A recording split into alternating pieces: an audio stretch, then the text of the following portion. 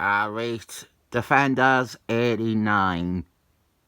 No, it's not. Defenders 56.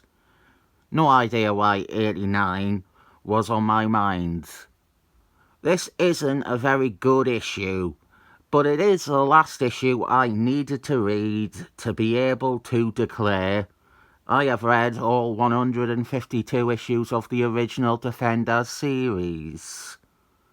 We have a montage cover here promising us all these exciting vignettes that aren't that exciting. And also the cat's name is incorrectly hyphenated on the cover. More than anything else, this issue is our full introduction to Lobo. This is a story where Lobo comes to the front and we get a real look at him. The art is by Carmine Falcone, with inks by Klaus Voorhees, who is not doing Carmine Falcone any favours.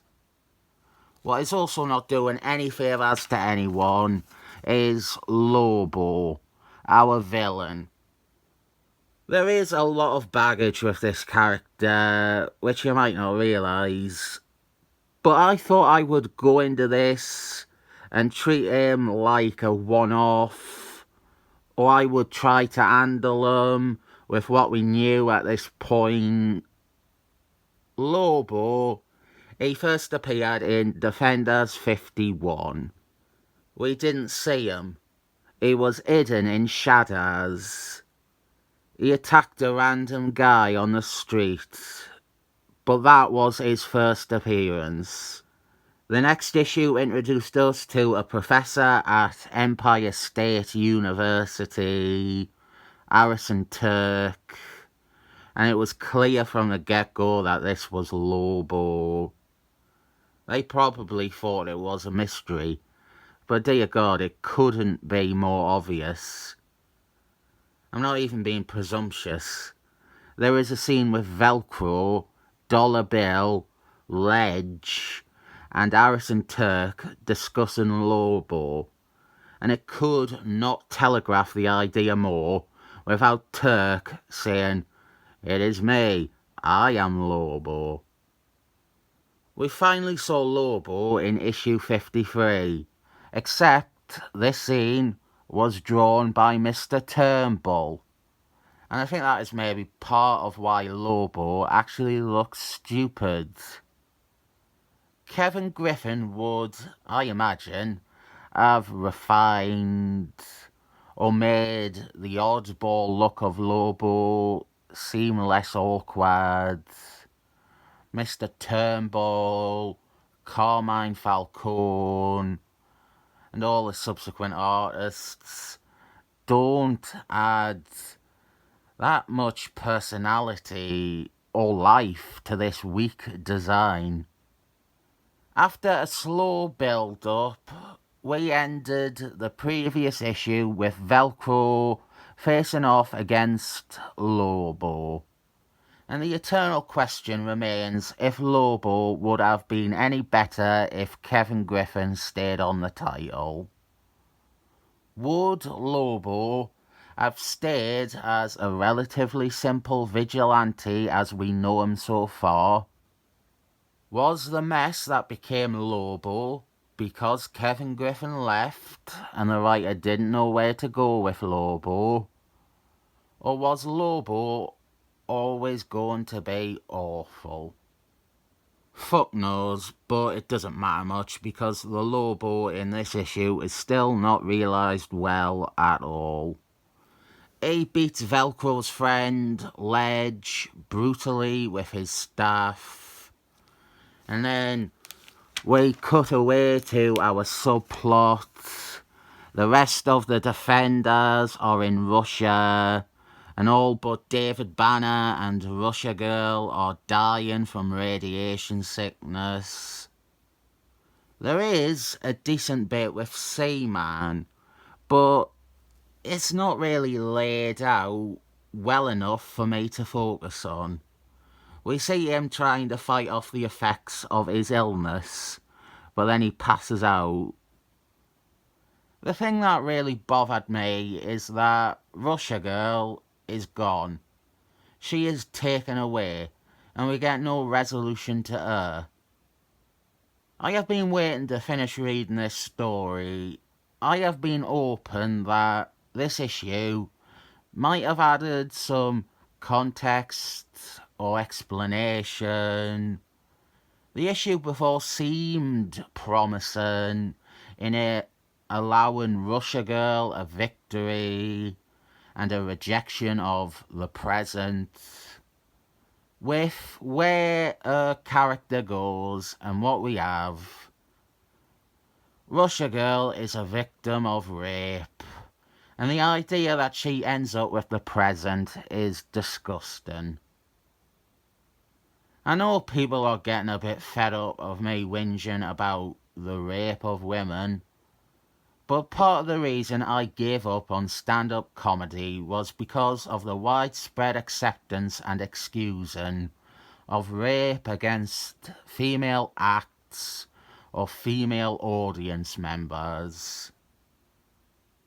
We are introduced to the present in issue 52, and it is explicitly said that he wishes to make Russia Girl his mate. Issue 53, she is completely under his mental control. They say she is unable to resist them or display anything besides obedience. It is also established they have spent weeks together. And it doesn't outright say, yes, I have aggressively fornicated you, and you have been made to go along with it. But the implication is clear. He is in love with this woman he intends to be his mate, and he has spent several blissful weeks with her, and she is unable to voice anything besides his will. Last issue's ending filled me with some hope, because she did get to fight off his control and call him out for how he wished to possess her. And that made me think that it was a way. They established he wished to possess her, not that he had. And I was thinking maybe you could say that he actually didn't want to consummate with her until they had evolved into their final forms. But now I realise that was just me coming up with excuses, and yeah, this is a character, unfortunately, entirely robbed of their identity, made into a sex slave, and then most insultingly chooses that after recovering from it. I try not to do this, but you could have had an interesting story here where the experiment and what is done to her could have been a metaphor for rape, but no, we have actual rape in it. There's 2 lines of dialogue in this issue that refer to her. They are just there to write her out of the story. And really, she could have been useful in this story because we have David Banner using his scientific knowledge to try and treat his teammates, trying to cure his teammates from their radiation poisoning. Russia Girl is a brain surgeon who has recently become a conduit for radioactive energies. She would have been pretty handy to help David Banner here. But we do explain that her quick removal is part of political manoeuvres. I think that part of the story, the political fallout, doesn't get enough time. And I wonder how much of that idea was also Kevin Griffin, because he would do that bureaucracy stuff heavily in the Justice League International books. Most of the issue, though, is Velcro versus Lobo, and it is rubbish. Lobo is never for a second imposing or intimidating. Partly the design, partly the spouting of old advertising slogans, partly because we have no measure of this character. We don't know if he is simply an acrobat, or if he has any level of endurance or strength that makes it so that Velcro isn't going to break him in half with one punch. Obviously, there is the connection to a DC character. That is where Kevin Griffin went with his idea. But what we have here is as much as a meek tribute to the Creeper, which also makes sense because Kevin Griffin is a big Creeper fan, as are the entire world over. This is really a storm of so much going wrong at once. We have a writer writing a character he's maybe not that invested in, or never heard the full idea behind. We have some sloppy, unflattering art from Falcone and Voorhees. We have an unexciting fight that also tends to feel annoying. And we have Lobo, who is bad in the issue and only becomes worse afterwards. If I was in the writer's position, I would have used this issue to get through Lobo. Have him fight Velcro, have him unmasked as Harrison Turk. It would be underwhelming, then move on afterwards. It hasn't worked. The person who was maybe what would have made Lobo work is gone.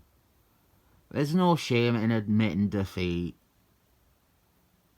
I imagine because they spent so much time developing and teasing Lobo and the mystery of Lobo, this issue wasn't enough. So Lobo goes on to appear not just more, but for most of the next 20 or so issues. He almost becomes their archenemy. Now, Velcro's lecturer at college being a Creeper ripoff, that would be fine. What makes Lobo especially shit is when we start getting to his identity and his origin. It turns out that Velcro's lecturer at college being a Creeper ripoff isn't the whole deal. It turns out there is multiple Lobos. It turns out they all link to, they are all fragments of the soul of a character from Anthony Davis's Man-Wolf stories. Not read them. It turns out Lobo is an evil wizard from another world. He is called Horizon Tark, and his soul was split into all these pieces, and then they all come together again, and the defenders have to fight this evil wizard at full power. And it is a mess of trying to do a big continuity masterpiece, and it being extremely naff. Then Kevin Griffin did Lobo again in the 90s and left mid-story. But even when you boil down Lobo to the basic idea, which is what we have here, the very simple idea that could work, it doesn't. He is terrible. He's not compelling. He's not exciting. He is annoying. And the fight is boring. Meanwhile, we have David Banner doing science. And the drama is that if he messes up, or if he gets too emotional, if he gets too angry, he could transform into Hulk, and the entire thing will be screwed, and his friends will die.